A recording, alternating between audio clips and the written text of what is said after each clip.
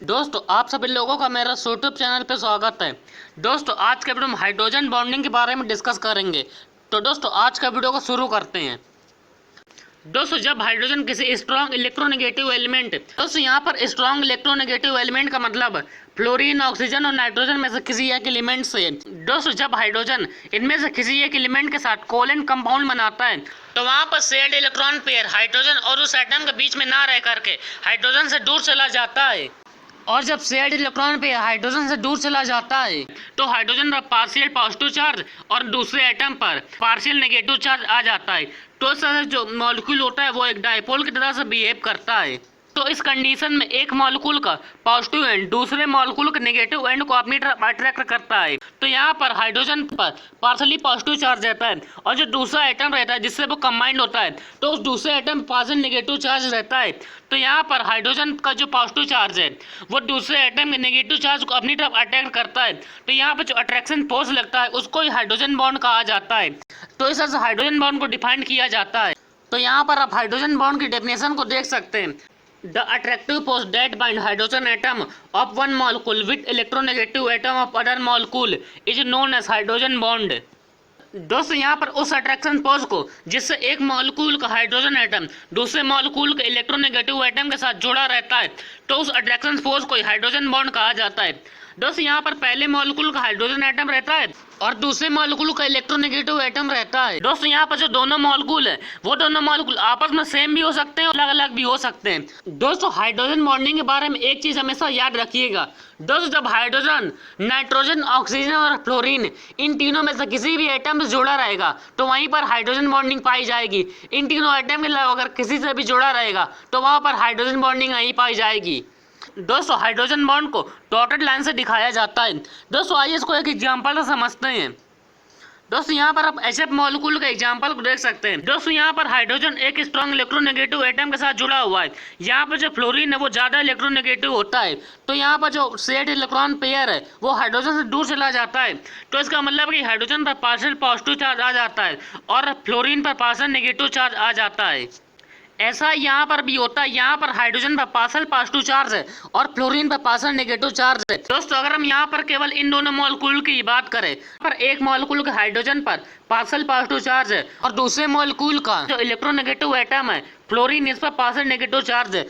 तो यहाँ पर ये दोनों पार्शियली पॉजिटिव और पार्शियली नेगेटिव एक दूसरे को अट्रैक्ट करेंगे तो यहाँ पर जो अट्रैक्शन फोर्स लगेगा उसको हाइड्रोजन बॉन्ड कहा जाएगा। तो सर यहाँ पर हाइड्रोजन बॉन्ड का फॉर्मेशन हो रहा है। दोस्तों इसी तरह से यहाँ पर भी हाइड्रोजन बॉन्ड बन रहा है और यहाँ पर भी हाइड्रोजन बॉन्ड बन रहा है। दोस्तों अब ये हाइड्रोजन बॉन्डिंग के टाइप की तरफ चलते हैं। हाइड्रोजन बॉन्ड दो तरह के होते हैं जिसमें पहला होता है इंटरमॉलिक्यूलर हाइड्रोजन बॉन्ड और दूसरा होता है इंट्रामॉलिक्यूलर हाइड्रोजन बॉन्ड। दोस्तों पहले इंटरमॉलिक्यूलर हाइड्रोजन बॉन्ड की तरफ चलते हैं। दोस्तों इंटरमॉलिक्यूलर हाइड्रोजन बॉन्ड में है hydrogen bonding occurring between two और मोर सिमिलर और different molecule is called intermolecular hydrogen bonding. Example water, alcohol, ammonia and HF molecule ETC।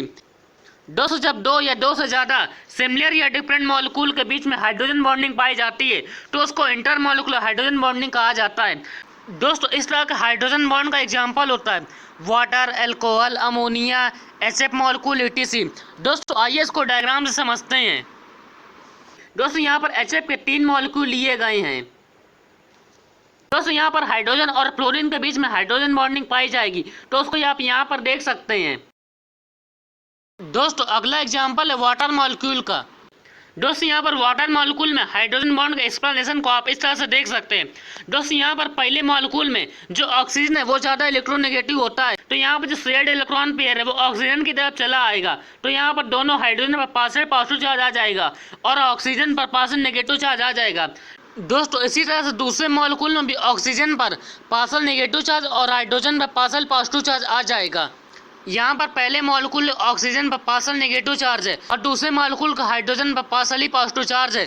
तो ये दोनों एक दूसरे को अट्रैक्ट करेंगे तो यहाँ पर जो अट्रैक्शन फोर्स लगेगा उसी को हाइड्रोजन बॉन्ड कहा जाएगा। इसी तरह से हाइड्रोजन बॉन्ड यहाँ पर भी बनेगा। दोस्तों अगला एग्जाम्पल है अल्कोहल का।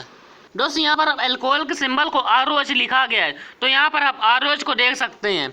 दोस्तों यहाँ पर ROH में जो O है और दूसरे मॉलिक्यूल का जो हाइड्रोजन एटम है तो यहाँ पर ऑक्सीजन और हाइड्रोजन के बीच में हाइड्रोजन बॉन्डिंग पाई जा रही है। दोस्तों इसी तरह से यहाँ पर भी हाइड्रोजन बॉन्डिंग पाई जा रही है। अगला एग्जाम्पल अमोनिया मॉलिक्यूल का। दोस्तों यहाँ पर आप एक अमोनिया मॉलिक्यूल को देख सकते हैं, दूसरे अमोनिया मॉलिक्यूल को आप यहाँ पर देख सकते हैं। दोस्तों यहाँ पर जो नाइट्रोजन है वो ज़्यादा इलेक्ट्रोनेगेटिव होता है, तो यहाँ पर पहले अमोनिया मॉलिक्यूल के नाइट्रोजन और दूसरे अमोनिया मॉलिक्यूल के हाइड्रोजन के बीच में हाइड्रोजन बॉन्डिंग पाई जाएगी। दोस्तों इसी तरह से यहाँ पर भी हाइड्रोजन बॉन्डिंग पाई जाती है। ये इंटरमॉलिक्यूलर हाइड्रोजन बॉन्डिंग के बारे में हो गया। दोस्तों अब इसके दूसरे टाइप की तरफ चलते हैं। दोस्तों दूसरी तरह का हाइड्रोजन बॉन्ड होता है intramolecular hydrogen bond. Hydrogen bonding occurring with in a single molecule is called intramolecular hydrogen bonding.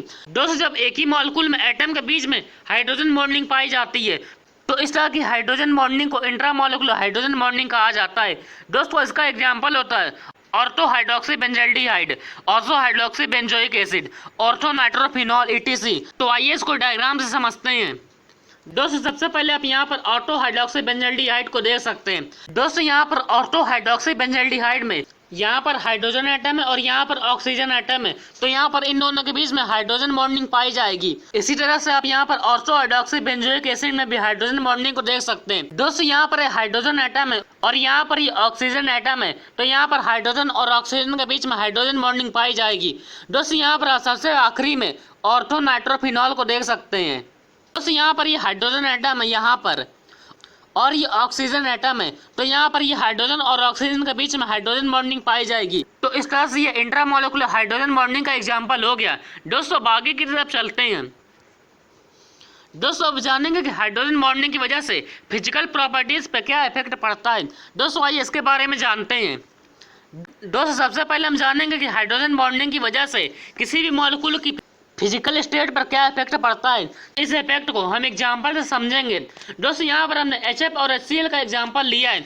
दोस्तों यहाँ पर HF में जो फ्लोरीन है वो ज़्यादा इलेक्ट्रोनेगेटिव होता है, तो इसलिए यहाँ पर हाइड्रोजन बॉन्डिंग पाई जाती है, और जो HCl है वहाँ पर क्लोरीन कम इलेक्ट्रोनेगेटिव होता है, इसलिए यहाँ पर HCl में हाइड्रोजन बॉन्डिंग नहीं पाई जाती है। यहाँ पर हाइड्रोजन बॉन्डिंग की वजह से HF लिक्विड होता है लेकिन HCl गैस होती है। इसी तरह से हम ये एक्सप्लेन कर सकते हैं कि H2O लिक्विड होता है लेकिन H2S गैस होती है। दोस्तों यहाँ पर H2O में हाइड्रोजन बॉन्डिंग पाई जाती है, इसलिए ये लिक्विड होता है, लेकिन H2S में हाइड्रोजन बॉन्डिंग नहीं पाई जाती है, इसलिए ये गैस होता है। दोस्तों अब इसके अगले इफेक्ट की तरफ चलते हैं। दोस्तों अब हम जानेंगे कि हाइड्रोजन बॉन्डिंग की वजह से किसी भी मॉलिक्यूल के मेल्टिंग पॉइंट और बॉइलिंग पॉइंट पर क्या इफेक्ट पड़ता है। दोस्तों नाइट्रोजन, ऑक्सीजन और फ्लोरीन इन तीनों का हाइड्राइड में, जैसे यहाँ पर इन तीनों का हाइड्राइड हो गए हैं NH3, H2 और HF, तो यहाँ पर इन तीनों में हाइड्रोजन बॉन्डिंग पाई जाती है। दोस्तों पीरियोडिक टेबल में नाइट्रोजन, ऑक्सीजन और फ्लोरीन इन तीनों ग्रुप में इनके नीचे के एलिमेंट के हाइड्राइड्स में हाइड्रोजन बॉन्डिंग नहीं पाई जाती है, तो इसलिए यहाँ पर नाइट्रोजन, ऑक्सीजन और फ्लोरीन इन तीनों का हाइड्राइड का मेल्टिंग पॉइंट और बॉइलिंग पॉइंट ज़्यादा होता है। तो इस तरह से हमने देखा कि जहाँ पर भी हाइड्रोजन बॉन्डिंग पाई जाती है उसका मेल्टिंग पॉइंट और बॉइलिंग पॉइंट ज़्यादा होता है। दोस्तों ये जो हाइड्रोजन बॉन्डिंग का मेल्टिंग पॉइंट और बॉइलिंग पॉइंट पर इफेक्ट हो गया। दोस्तों अगले इफेक्ट की तरफ चलते हैं। दोस्तों इसका अगला इफेक्ट होता है सॉल्युबिलिटी पर। दोस्तों हाइड्रोजन बॉन्डिंग कंपाउंड की सॉल्युबिलिटी को भी इफेक्ट करता है। दोस्तों जहाँ भी हाइड्रोजन बॉन्डिंग पाई जाती है वो ज़्यादा सॉल्युबल होता है। दोस्तों जैसे हमने यहाँ पर अल्कोहल और अमोनिया का एग्जांपल लिया है, तो यहाँ पर अमोनिया और अल्कोहल इन दोनों में हाइड्रोजन बॉन्डिंग पाई जाती है, इसलिए वाटर में ज़्यादा सॉल्युबल होते हैं। दोस्तों ये तो इसके सॉल्युबिलिटी के इफेक्ट के बारे में हो गया। दोस्तों अगले इफेक्ट की तरफ चलते हैं। दोस्तों अब हम जानेंगे कि हाइड्रोजन बॉन्डिंग का विस्कोसिटी पर क्या इफेक्ट पड़ता है। दोस्तों जहाँ पर हाइड्रोजन बॉन्डिंग पाई जाती है वहाँ पर लिक्विड मॉलिक्यूल के बीच में जो अट्रैक्शन फोर्स लगता है तो वो अट्रैक्शन फोर्स बढ़ जाता है, तो इसकी वजह से लिक्विड में फ्लो करने की जो क्वालिटी होती है तो वो क्वालिटी कम हो जाती है, और जब लिक्विड की फ्लो करने की क्वालिटी कम हो जाती है तो इसका मतलब है कि उस लिक्विड की विस्कोसिटी बढ़ जाती है। दोस्तों ये तो हाइड्रोजन बॉन्डिंग का फिजिकल प्रॉपर्टीज पर इफेक्ट के बारे में हो गया। दोस्तों इसी के साथ हमारा आज का वीडियो कंप्लीट होता है। दोस्तों उम्मीद करता हूँ आप लोगों को मेरा वीडियो अच्छा लगा होगा। दोस्तों फिर मिलेंगे एक और नए वीडियो के साथ।